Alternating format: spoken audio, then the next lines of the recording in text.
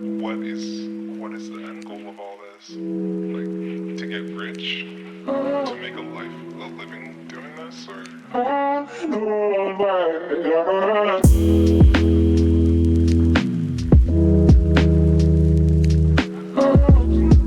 right. Well, welcome to the Indigenous Entrepreneurs Podcast. Today I have Tribal Liaison and owner of Bidii Baby Foods, Zachariah Ben, with me to speak about a topic that is really important and very relevant to tribal entrepreneurship called Rezonomics. So if you want to introduce yourself, Zach, and then we'll just get into this discussion.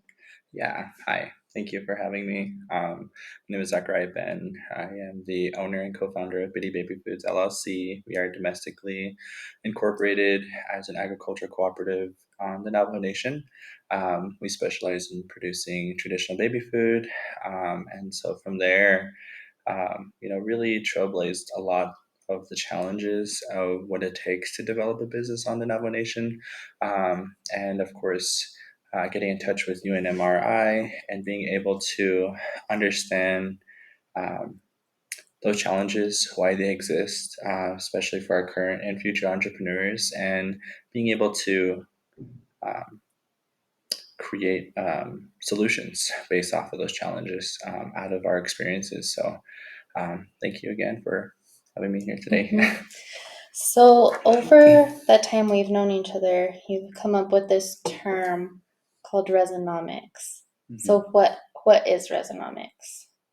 Rezonomics for me is a play on words about reservation economics and how that can be different from Western economics of whether you're doing business, when you're doing business off reservation. You have access to resources, you have business development offices that are remote to your location, and I think most importantly, um, assets and equity, like being able to claim those and leverage that for funding opportunities to scale up your business, to also increase market access. And so on reservation economic side of that, you don't have any of those things. You don't have the ability to simply walk into the development office, which is anywhere from an hour to 4 hours away from an individual who's trying to run a business on one side of the Navajo Nation, but the develop excuse me sparkling water. And so you have to travel great distances in order to um, get in contact with those individuals that are in those positions to help navigate you through business development or business plan development. And I feel like a lot of our people face those challenges regardless if you're trying to develop a business plan in order to like access infrastructure like simply a Walmart, for example. If you need food, you have to travel off reservation for those things. From that to like simply if you're doing business in the state of New Mexico, you would have to go to the neighboring town to do so. And so infrastructurally, we don't have that capacity to accommodate a lot of our entrepreneurs on the Navajo Nation. And so that's what makes us different. And that's why I call it Rezonomics. And another part to that too is the social components of society, of being able to navigate trauma. I know everybody has trauma, but um, for us, we're still healing from historical trauma, of being able to go through, warring the U.S. government to now signing those treaties, moving forward. We're picking up the remains of what our ancestors left to us to lead with. After all of that genocide, after all of that colonialism, and how that has had a negative impact historically on our people, and now to this day. From that to also looking at the environmental impacts of the extraction industries that have visited our communities, took what they wanted, hurt the land, and now we're paying for that. There are no reparations in place, and so we have to heal ourselves, and so we can heal the land. And we felt like as Bidii Baby Foods, that's what we're bridging that gap with through agriculture. And that's where UNMRI plays a huge role in being able to not only allow us to feel empowered, but most importantly have that opportunity to gain access to those resources, implement them within our communities, and being able to then provide that, either whether it be one-on-one mentorship into simply developing a business plan, but most importantly inspiring others, planting those seeds, and allowing us to water those seeds, and making those dreams a reality. So that's how I feel like a lot of that has come into play on reservation economics, which can be a mouthful, and it's like, there's so much more that goes to it, but in summary, that's kind of the areas that we are able to trailblaze through, and how we're able to then provide resources for our entrepreneurs there on the Navajo Nation. So one issue that's consistently come up, like not just for Navajo Nation entrepreneurs, but tribal entrepreneurs across the board who we've interviewed, is the land issue. So I'm wondering if you can speak to that and like what is the land issue?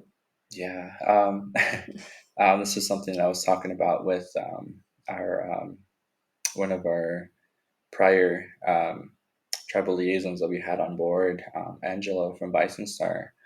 We had dinner, and together we're just talking about a lot of these issues that I just talked to. But one major thing that he also faced, and I am seeing that it's becoming a trend, is the land issue. So on reservation lands, we signed treaties with the U.S. government. So when we signed those treaties, it became a trust.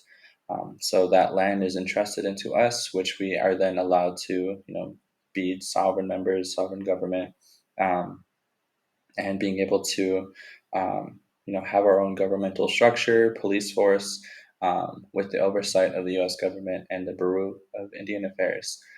So out of that, we are coming across the challenge of, we cannot claim our land as equity or as an asset that will allow us to then leverage funding opportunities into our direction, whether we wanted to scale up or not. And so, or simply gain access to capital through loans, or just to have that on paper to say, this is what we've developed, this is what we've invested into in terms of land, but we're not able to leverage any of that. And so that became a huge issue for us as Bidii Baby Foods, as an example, is that we want and need cold and dry food storage. We need a commercial kitchen to do all of our food processing and create this hub that will allow other producers to go through and ultimately harvest and become, food certified, go through the food safety certifications and permitting, and being able to abide by those rules and regulations that are put up structurally already. So, we don't have that access. So we don't have that access. We don't have the permitting, which then, as producers, we rely on a cash flow. And so that's something that I grew up in, was just, make a crop, grow a crop for, a cash return. And so, that's why I think, now it's turning in from a land issue to a data issue, where we're not able to claim and see how much we produce because it's all cash. It's all off the books. It's not recorded. And those are things that I feel like, in order to teach our people that, the importance of that data and how to most importantly preserve and protect that, then we can move forward in that direction of like, okay, now we can claim some assets and some equity. That can be the heavy equipment that we work with. That can be the vehicles that we use in our, delivering and manufacturing process, food processing areas. So those are some things that we can work around. But eventually, I think until then, a lot of the rules that we face is on the land use permits. If you look behind them, you cannot build a permanent structure on agricultural land use permits. You can build a home on a home site lease, but you can't build, a whole institution dedicated to, entrepreneurs. Yeah. So one thing that I did hear was that you can develop a business and have a business site, but you would have to relinquish your land back to the Navajo Nation in order to then have that become a site for you to brick and mortar. So it's still not yours. It's still not yours because you're signing it back to the Navajo. Okay, let's say you have, this whole table is like 40 acres, and then you're like, okay, I want to put a hogan here that's dedicated to agritourism. Tourists can go through this, have a parking lot here, and they can buy fresh produce from producers in the area as they travel through to see the Shiprock pinnacle. But now that I have this 40 acres and I want to do this, I can't do it immediately on that 40 acres. So what I would have to do is sign off this square of maybe 2 acres, 3 acres here back to the Navajo Nation for them to reallocate it back to me, which I don't know if that's a secure process. And then from there, once I hopefully get this 3 acres back so I can and turn it into a business development site, then I can brick and mortar. And when I do that, I still don't own that building because that building is then a part of the Navajo Nation government. So, there's no leveraging of what's so kind. There's no ways and there's no solutions that exist for this. Some solutions that come to mind immediately is like, okay, Navajo Nation, if there's a program or a funding area in place for capacity building, I could say, hey, here's my business plan, here's my expenditures, my taxes. Like, I am a successful business. I've been in business for 5 years now. Maybe that could be one of the criterias. And say, hey, like, I need a building and I need a storefront in order to have my consumers have that access. But they can't have that access because I don't have brick and mortar. So if I relinquish this, turn into a business development site, could you honor that? And then from there, could you build it for me? And you have money, Navajo Nation. Could you build this for me through this program that's been initiated by us small business owners of the Association of Navajo Nation? Like, could we do something like this in that direction? And that's the type of forward thinking that we're thinking about, but it's to get it in place. That's the most importantly. So in order to get it in place, we have to have that momentum behind us and support, obviously. So so right now we're still building up that momentum in order to get to this area of being able to have that brick and mortar, but eventually not make it such a risk or loss to our business, our businesses on the Navajo Nation.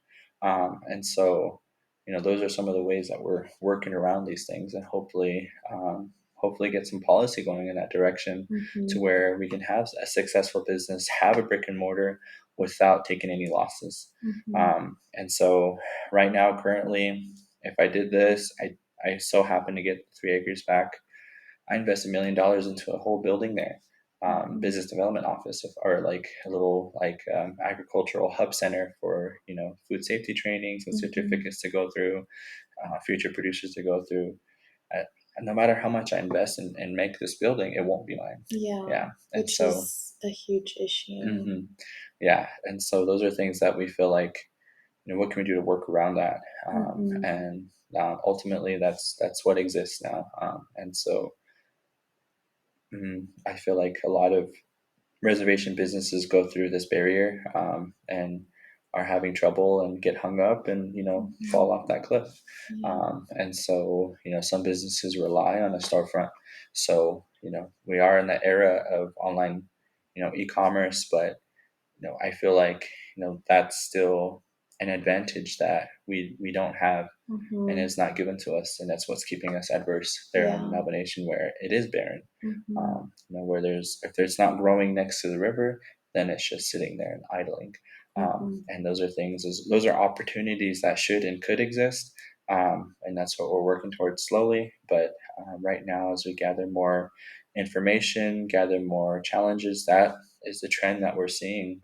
Not just on Navajo Nation alone, but other reservation businesses that are currently being, that are in business and have been in business for a very long time, to then having to also, if they have that track record, they're successful, more than 5 years in business, then they have to face the bureaucracy of all of that political area of Navajo Nation or reservation political arena. And right now, those are things that we've talked to, and now we have no choice but to go and rely on border town infrastructure to accommodate us who have either buildings in place or development land that we can develop into a business area that we can own. We can own the land, we can own the building that we invest into.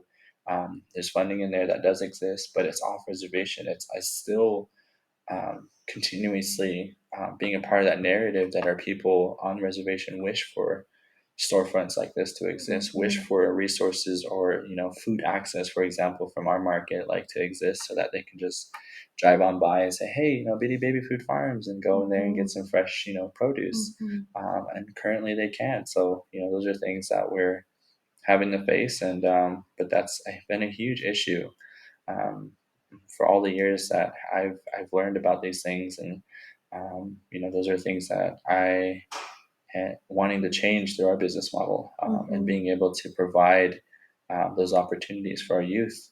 And when you provide those opportunities, that's what will alleviate, or not alleviate, yeah, well, in a way, prevent a lot of these public health issues from and disparities related to food, related to social and economic statuses in our areas, in our homes. And those are things that I feel like, because we don't have opportunities like this, and we're so adverse already as the way that already in the way that our government is structured, our Navajo Nation government, that that's why we're in the position that we are in.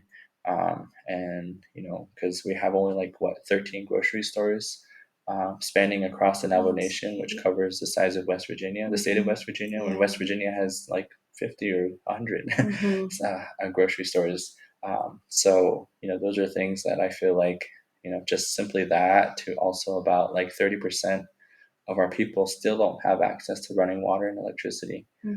Even then, the quality of the water that they may receive can be, tainted by uranium mining or coal mining, and high levels of heavy metals in their water. So, those are things that we're, continuously, we can prevent a lot of those issues if we can build up the social determinants of health in those areas.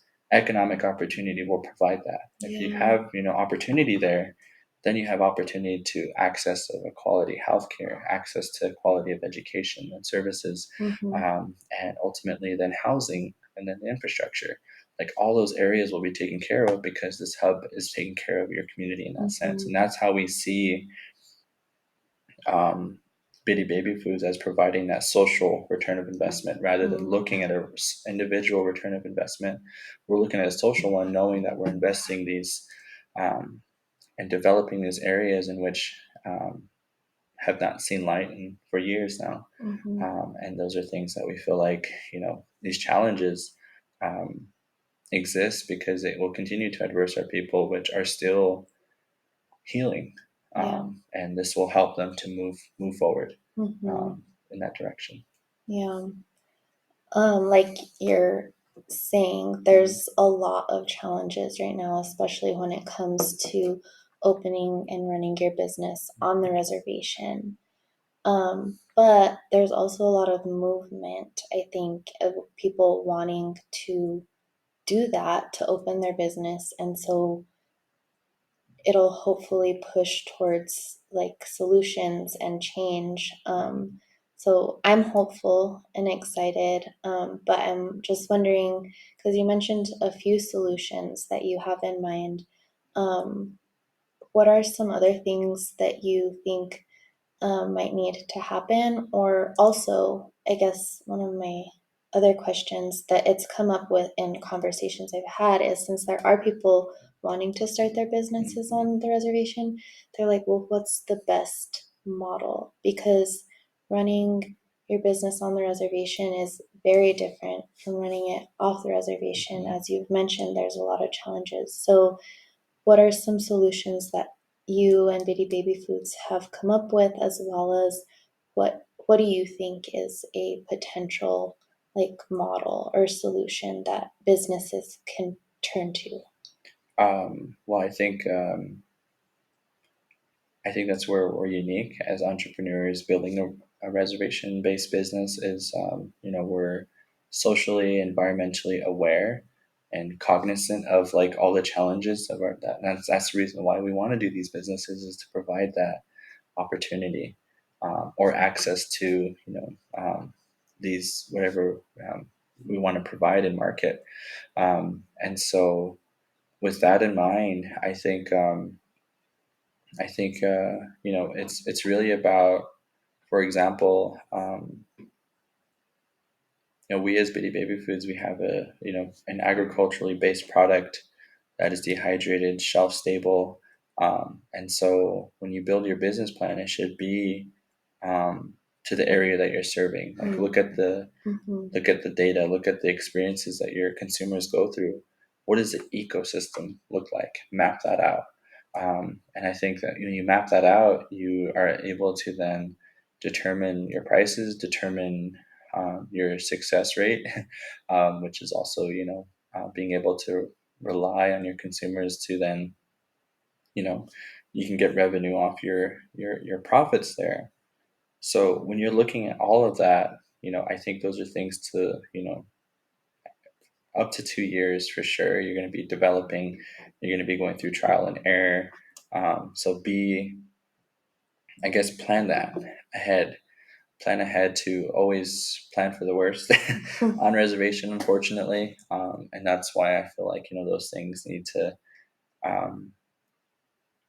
things like policy, things that protect small businesses are not in place on reservations.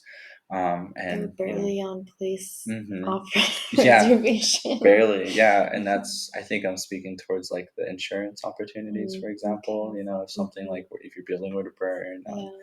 if something were to happen where you require insurance, like they won't honor that because you're on reservation. Like there's so much risk, so much place for hazards that it's like, no, we'd rather not. And that goes back to the land issue, correct? So I feel like, I think that would be a great, big, crucial step, is to have that awareness. And when you're going to go into business in a community that you do want to serve, but look at the ecosystem. You want to serve the community, but will the community serve you? Unfortunately, you'll have to look at that lens, because that will, again, determine your success rate in that community. And if you have to develop and start a business off reservation, start there where the abundance of resources and some funding opportunities are there. Build there, save your revenue, and then invest into the Navajo Nation or your reservation-based business. Then that's how I would see it working. And unfortunately, that's just where we're at. And those are things that I feel like we can curb, but it will take time. It will take time, but we are getting there. Together, we can, provide for our entrepreneurs, but it's just taking those first steps now that we're still, trailblazing through these areas. So that's how that's how we started. And now that's where we're headed. Yeah, you guys really are trailblazers in like more than one way.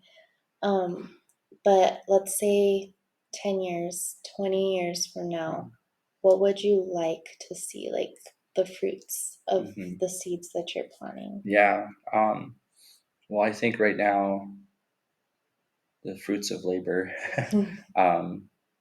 we envision a future where, we're not having to go through these challenges, and they're, a lot easier in the way that, we are able to navigate it easier. And I say that into, like, of course, education. I say that in being able to see the awareness that we're creating now, and being able to already have taken that financial literacy. Like, I think right now it's just the first 5 years for sure will just be those years of learning, as a community, learning that, we can invest into small businesses and have that, backing by our community, and then move forward in that direction of, okay, now that we have our community's backing, we have that momentum, take it to the leaders, take it to the government structures, and be like, okay, I need policy amendment here. We need to develop a policy here to protect our small businesses, which will then protect our communities from continuing to go through those adverse conditions. So those are some of the ways that we can see an enrichment in our communities already in what we're doing. Also, another question, that kind of brings up a question I was asked recently about, if you had $1 billion, what would you do with that? If you were, if that fell into your bank account tomorrow. And I like this perspective because it's more realistic than like a magic wand. And I told him, like, we are building that $1 billion now. It's happening now. And, we're building that generational wealth for our children to inherit that wealth rather than inherit trauma and those cycles of trauma that we've continuously gone through. And so that's an investment in itself of knowledge, of ancestral ways of being able to guide your life. And those are things that we also forget about when you're doing business. You always think like, I need to look at financial projections, but you don't look about the social components and how that can play into your community can then play into the success of your business when you're so busy looking at the financials. So those are things that you can look at and help determine what your 10-year vision will look like. And that's where, going back to the question now, was like, for me, it would start by taking that risk and relinquishing some land, and then seeing if it works. Developing a development center where it will capacity build, but most importantly, provide that future for our youth. And I say that too because a lot of the youth that we've dealt with this year, this 2023 season on the farm, they have gone through so much adversity, whether it be our farm and residence youth or youth that labor with us, that we provide employment to, and just youth of the community that come to visit the farm, and we talk about and we have those one-on-one conversations. And that's a huge thing, is like, I'm working for you guys, and I'm getting some money, and I really appreciate that. And I'm like, okay, that's good. Like, how much have you saved? None, Mr. Ben. I'm like, but why? Oh, well, my grandma's car broke down, or I needed to, buy groceries for the week. And I was like, okay, that makes sense. But what doesn't make sense is you're not investing into your future. Like, school's coming up. What have you bought for school? Nothing. What have you invested into your education? Like, pencils, like just simply notebooks, nothing. And I was like, have you even considered that? Like, no, because all my money goes back into my intergenerational family. And I was like, who's the primary source of income? I am. I'm like, but you're one and you're under 18. Yeah. And it's like, well, unfortunately, that's just where we're at. And so this development center, if you were to build it, you can have like a hostel there where the youth can stay in. They have access to Wi-Fi. They will have access to, a kitchen. They'll have access to a commercial kitchen, especially to then, help them in those areas of, having to be in line with, food certification, food safety practices. And it'll be neighboring to a farm that they can work on. And so that, they can just walk to work without having to worry about stressing, like, I need a vehicle in order to, get to the work site. So all these opportunities, I feel like, are passing us by. And that's where, what we're building up to. And I feel like that's why I say, like, if you had $1 billion overnight, which was a huge dream, but that's what we're building towards, is we're building that $1 billion now. So our children won't have to wish and think like that. They'll just be like, okay, we need this. This is a sustainable solution, paid for. And so those are the ways in which, when I say build that generational wealth, that's what it will be able to heal, whether it be knowledgeable, monetary, or communally or spiritually. You'll be able to do that with this hub that you can create. What would you say are like top two or three policies that you think need to be implemented, or that you would like recommend changing in order to help entrepreneurs moving forward? Yeah, I think for me, I can speak more towards the agricultural sector because that's something that we're based in, and working in those areas. And our farm and residence program is in that area, and this is something that we're teaching our youth. And so I think for sure food policy on the Navajo Nation. We don't have any food policy. We don't have any type of oversight in terms of food certification, permitting through the sovereign nation of the Navajo Nation. And so, I feel like that is a huge adversity. And I say this too because a little bit of history is, during when the treaties before they were established around 1868. Before that was 1864 when our people were taken to Bosco Redondo as a Navajo Nation while we're conflicts with the U.S. government. And so during this time, about 90 to 80% of our people were taken, but through that 10 and 20%, they stayed, they fought, and the U.S. government became tired of having to chase these individuals around, these leaders, and so with that, one of the leaders, his name was Barboncito, Chief Barboncito, and so he fought very hard. From the Navajo Nation, the mountains of the Navajo Nation, all the way to Washington D.C., and he was highly, recognized, especially among the leaders in Washington D.C., because they admired his perseverance, his strength, his leadership. They admired that, and they respected that.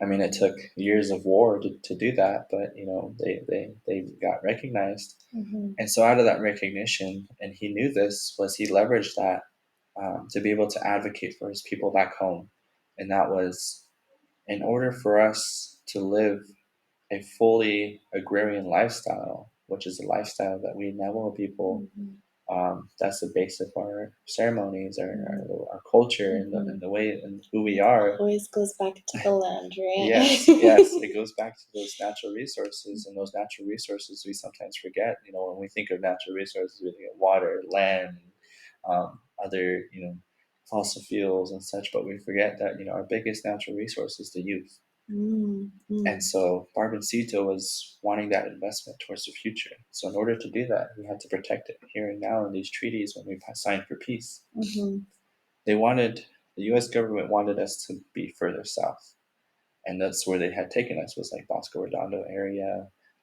and so that area we could not farm. We're farmers, and we could not farm on that land. The soil was too hard. There was no water. And so Barboncito fought to have access to the San Juan River. And we have it now. We have it now, but what is happening with it? From the time those treaties were signed for peace in 1868 to now, what has come about that in terms of economic opportunity? Not much. And you're still fighting for water rights. We're still fighting for water rights. We're still fighting for land rights. But now there's that issue of water rights area of quantifying how much we're supposed to be getting. That's something that is dangerous because in my area we have a lot of farmers, but we don't have a lot of future farmers. A lot of our farmers, I'd say about 70% of them are 60 and older. So our next generation is going to be in trouble. And so that's what we're protecting now through the education and awareness of being able to educate our community that comes to our community events, through UNMRI resources and literature that gets the press releases and stuff, of being able to bring that awareness back to these issues that are at hand and how we can build these solutions together. And that's where those rainforest opportunities come about. Being able to have access to a rainforest that is abundant in resources, and that's something that I feel like we need more of, and that's something that in terms of policy, that's what we would change, is being able to establish food policy that will protect traditional foods, that will protect and preserve and continue to propel the technical ecological knowledge that we do have, and being able to have policy around that. and that will then provide the permitting and provide the certification in which and how we create traditional healthy food. And I think that's something that a lot of our producers in the area, that's how they add value to their crops. That's how they will get the most return on investment that is currently not protected. And so in terms of policy, those are the things that I would change based off of Chief Robinson words of being able to have access to the water. We got it. Now, why aren't we living that agrarian lifestyle of totally stewarding the land, and that we're providing for the land, but then it provides for us too, having that sense of reciprocity of like what you extract, you put back. So those are things that I feel like in terms of policy, we're not thinking about those things.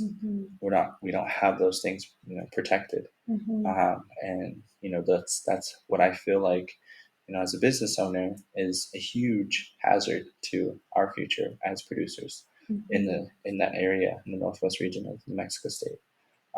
And so and that's just one of many things. And I think another huge thing that I wanted to talk about real quickly is contingency plans. In relation to policy, you have to have contingency plans of, if there's an economic collapse, if there's natural disasters. And a huge example of that is like the Gold King mine spill. And how, this mine had blew up due to EPA's negligence, engineering negligence, and released millions and millions of gallons of heavy metals into the river, which flowed down past us, near us. And so, those are things that we need to look forward to and protect our natural resources and what we invest into by having those contingency plans in place. So, just a lot of areas that we can develop, but it's going to take some time. It's going to take some time. It's going to take some awareness, of course, on these issues, so that way we can build these solutions and ultimately protect our investments now so that they can be used in the future. And from what it sounds like, that everything you've been telling me, like those types of policies, they're not just going to affect like agriculture. They're going to affect the economy. They're going to affect entrepreneurs. They're going to affect public health, education. Like it's kind of like a ripple effect almost if they were to be put in place and to be put in place correctly. Yes, that's what will help to solidify a lot of these things without having to move around is policy, law, and the current systems that are in place. We can use that to our advantage rather than a disadvantage. And that's why I bring up the history. That's why I dwell into the history, is because we've already learned that. Why are we still murking in it? Why are we still struggling to move out of that? And that's why I feel like entrepreneurs bring that to the table. They bring those challenges immediately to the table. Maybe that's why we don't have resources in the first place, because they don't want to hear about all these challenges that we face. Maybe that's why there's a cliff that exists, because those are things that I feel like are important, need to be heard. I'm sure they're heard, but they're just not. It's no initiatives built out of that.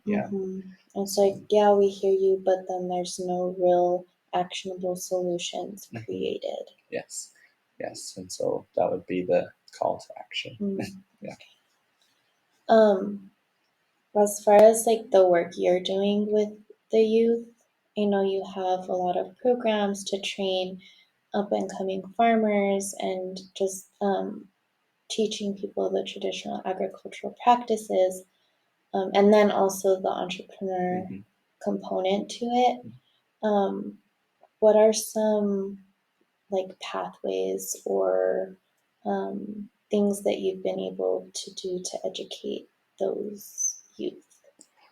I think for me, a huge issue that I've seen is, of course, quality of education.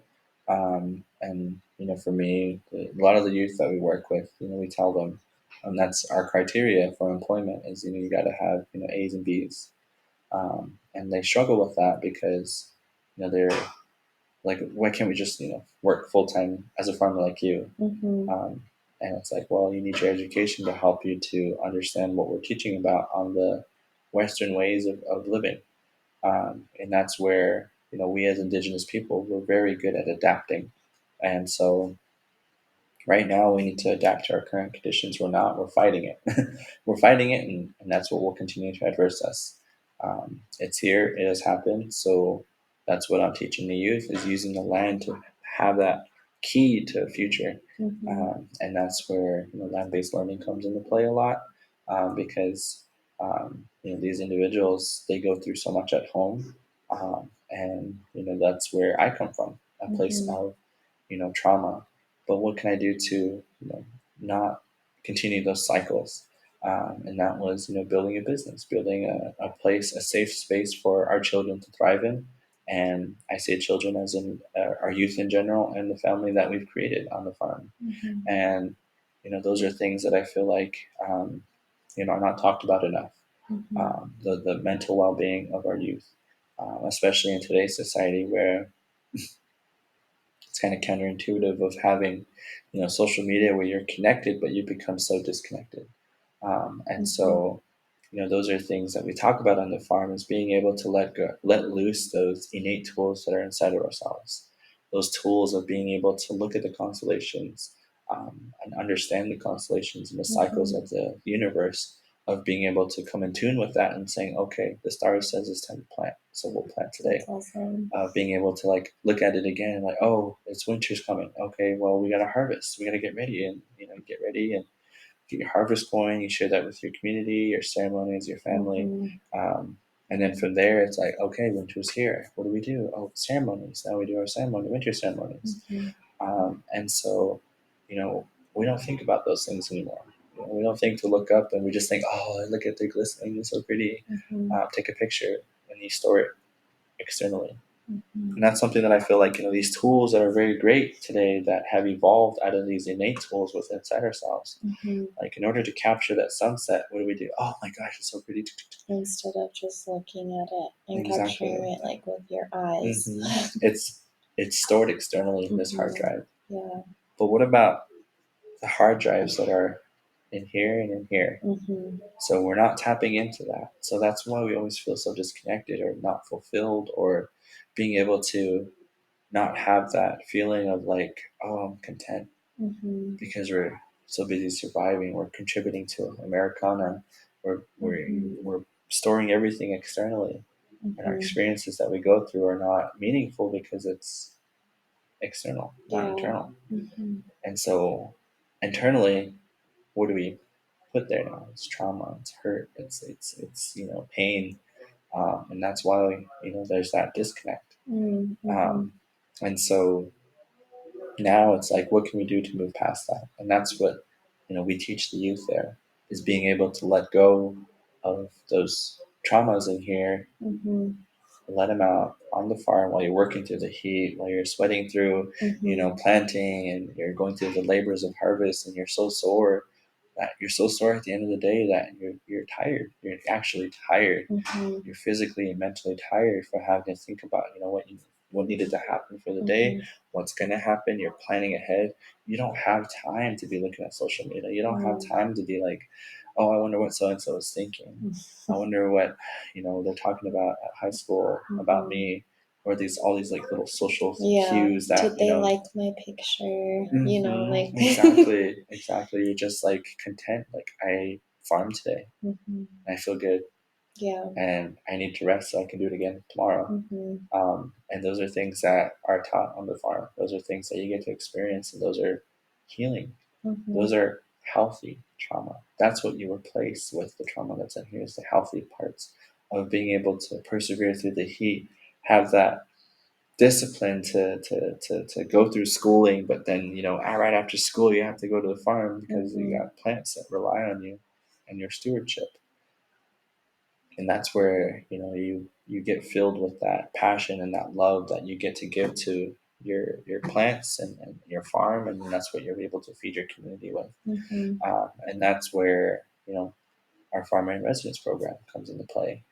Is that those are things that I've experienced now, starting a business, starting a family on the farm, and now I get to share that. now I get to thrive. So that's where that mode of like surviving all this time and now and fighting, and now I get to thrive and teach. And that's where I'm able to do so through that farm and residence program, and teach about those, the Diné philosophy, teach about, how to farm the land without without commercializing it and having a negative impact on your health of your soil, all these things. And I think, that's where we're able to truly, teach how to thrive. And that's where, again, just healing will take place. And that's what you'll be able to digest and feed your community with. And that's, and I always bring that up, and I think it needs to be heard more. Those parts of like when you develop a business, you don't think about that. You just think money, analytics, business plan, and okay, now I'm ready to go. Got my EIN established. I got my incorporation status. Okay, now run a business. But then you have all these skeletons in the closet you have to deal with afterwards. So that's where I feel like it takes yourself to heal that part of yourself in order to then heal the community. The healed self is a healed community. Community. So that's where that comes into play. Yeah. That's what our farm and residence program provides. That's awesome. And it sounds like, yes, you like, as you mentioned, you have to kind of play into the westernized, like, business ways, but you have you're creating a balance, like there's a way to mesh like traditional practices, values, and business. And I think that's, to me, it looks like a huge opportunity, like not just for reservation owned businesses, but like almost to be an example of like, look, this is what business can look like. And that's actually what business started as, was how can I serve people? And then over time it turned into more just looking at like the numbers. So I'm wondering if, like, what are your thoughts on that? Yeah, I think that's something that we teach heavily, is like, don't go into it with a capitalistic mindset. Have those values of what you were taught culturally and traditionally, and again, what you extract, you put back. So give some back to the community, while also looking at that social component of having that part of your business model, having a part of that your business plan, and that's, again, like you said, that's what's bringing back that that old way of doing business, that can be new again, that can be modern again. And that's something that I feel like as Indigenous people, we've always known that. We've always known we've built our own economy. What was here before 500 years ago? Our own economy, our trade routes from, Alaska all the way down to South America, like all those trade routes in between there. We've bartered, we've had our own economy, we've had our own ways of having money. Our currency, excuse me, that's what I was looking for, was like, we've had our own economy, we've built our own currency, and then the first contact, it's like, no, it's not that way anymore, it's going to be this way. So we can still merge the two and make this hybrid business model that will then benefit ourselves, build that generational wealth, and then move forward in providing that resource for our community and our consumers. So what are some opportunities you see, like, for reservation-based businesses going forward, and as you continue to work in this space? Well, going back to what Chief Barbatita said, he envisioned a future where if you look to the east, it'll be green with corn. Go to the south, it'll be green with corn. To the west, and then to the north. And when you think about that, that's what will provide that space to be enriched, that space for you to thrive in, and that's what your community can be about. And that's where I feel like we forget about history a lot. And that's where, I speak heavily on that because that's what he envisioned. That's what we're envisioning now as Bidii Baby Foods, and that's where we're headed. And we're going to be there. um, and so I think that's something that reservation-based businesses can look towards, is what your ancestors prayed for, what your leaders, past leaders have prayed for, to get to where you're at, to have some land to work with, and move forward in that direction where, you're providing more than resources and opportunity. You're providing a path that will ultimately bring that prosperity to your family and your community. Um, and that's something that, will make us unique in the long run. That's what will keep us connected. And I think that's what will bring back those communal parts of what we once were and reopen up those trade routes of what was once established here with the First Peoples from Alaska all the way down to South America. And we have that opportunity. We've had it. We've done it. So all we have to do is refamiliarize ourselves again to reestablish those connections. And that starts by in here. And that's kind of how I feel like that there's more than hope now. Basically, it's all these years we've been hoping, we've been praying, but now it's happening. So, let's get on board and let's work towards that future now. That's awesome. So it's almost like be a good descendant or like relative and be a good ancestor is kind of what I understood you were just saying. Yeah, I think that's something that it's funny too, because we were just talking about this over an event that we had. It was like, what constitutes you to be a elder? Is it the knowledge that you hold? Is it, oh, I'm past 60 now? Is it how much gray hairs you have? But I think I think it's I think the new term now, or not new term, but the term should be like, knowledge keepers. And that's something that was taught to me by my dad. Was, you know you are investing into the future generation. How are you doing that? It doesn't have to be monetary. It can be, through knowledge, wisdom, and the philosophy.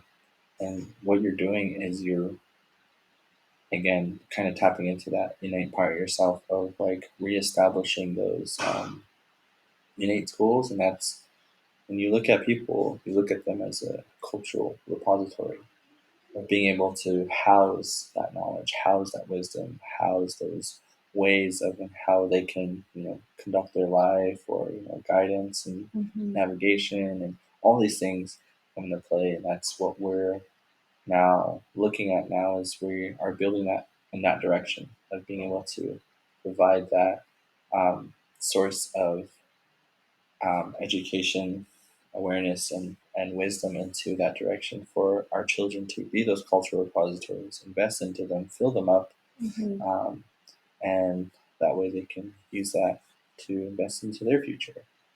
So that's kind of how that played out, I feel. And I think that's something that can be overlooked, but now it's those are some ways that we can work with it. Well, I think you and Mary are onto something, and you guys are really doing a lot of good for your community, for your family, for our program. Like, it's gonna have an impact, I think, way farther than you'll ever be able to see. So just thank you for the work you're doing and for continuing to be a tribal liaison and helping to guide our efforts, in the right direction. Because our program would not be possible without the liaisons and without your guidance. Like, we wouldn't have the right direction. So thank you.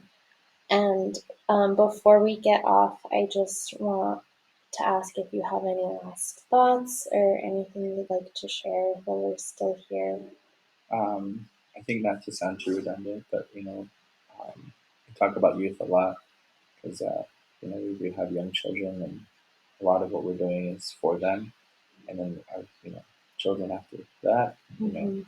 And so those are things that I feel like we need to continue to be in tune of, no matter how busy or how tired we get. At the end of the day, like, look at your children, look at your children's children, and what will that look like? And that will help you to, continue on that love and passion of like, okay, this is why I'm doing what I'm doing. It's for them.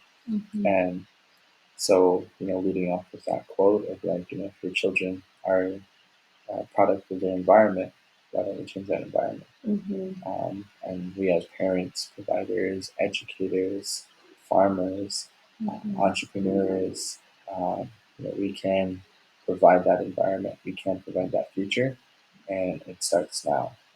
And so that's something that I will leave off with, and I hope um, we all continue to water our seeds, and so that we can see that growth and enjoy those fruits of labor.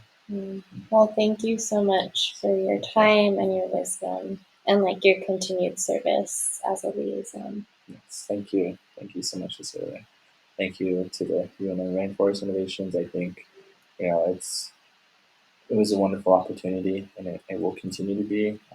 And I'm very passionate about the work that we're doing as tribal liaisons, as program managers, and developers of this of developers, and being able to also collect that data and preserve it and use that to our advantage rather than a disadvantage. So I really appreciate you and MRI for being able to accommodate and house a lot of that data, allow for these stories to be shared, and ultimately um, inspire other entrepreneurs to take that leap and um, and see that it's an opportunity rather than a risk.